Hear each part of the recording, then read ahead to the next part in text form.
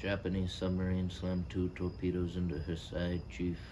We was coming back from the island of Titan to Leet. We just delivered the bomb, the Hiroshima bomb. 1,100 men went into the water. Vessel went down in 12 minutes. It didn't see the first shark for about half an hour. Tiger, 13-footer. You know how you can tell in that water, Chief? You can tell by looking from the dorsal to the tail. What we didn't know was that our bomb mission was so secret and no distress signal had been sent. They didn't even list us overdue for a week. The very first light, Chief. Sharks would come cruising by, so we formed ourselves in tight groups. It was sort of like the calendars, you know, the infantry calendars and the old calendars, like the Battle of Waterloo. The idea was the shark would come to the nearest man and he'd start pounding and hollering, and sometimes that shark would go away, or sometimes he wouldn't go away. Sometimes that shark looks right at you, right into your eyes, and the thing about a shark is he's got lifeless eyes, black eyes, like doll's eyes.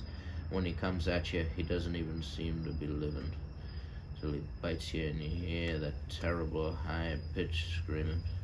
The ocean turns red, and despite all your pounding and your hollering, those sharks come in and they rip you to pieces.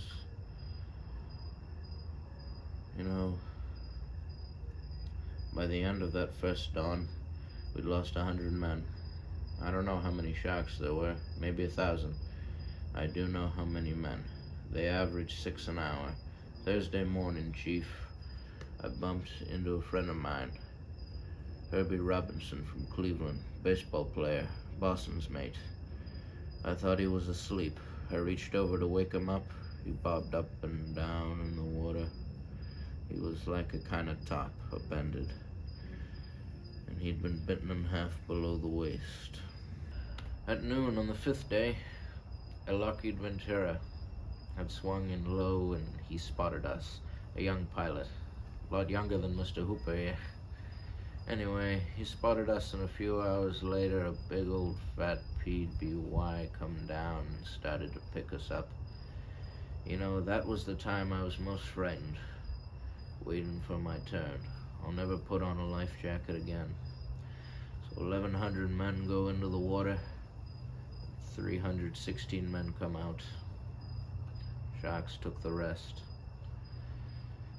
June the 29th, 1945. Anyway, delivered the bomb.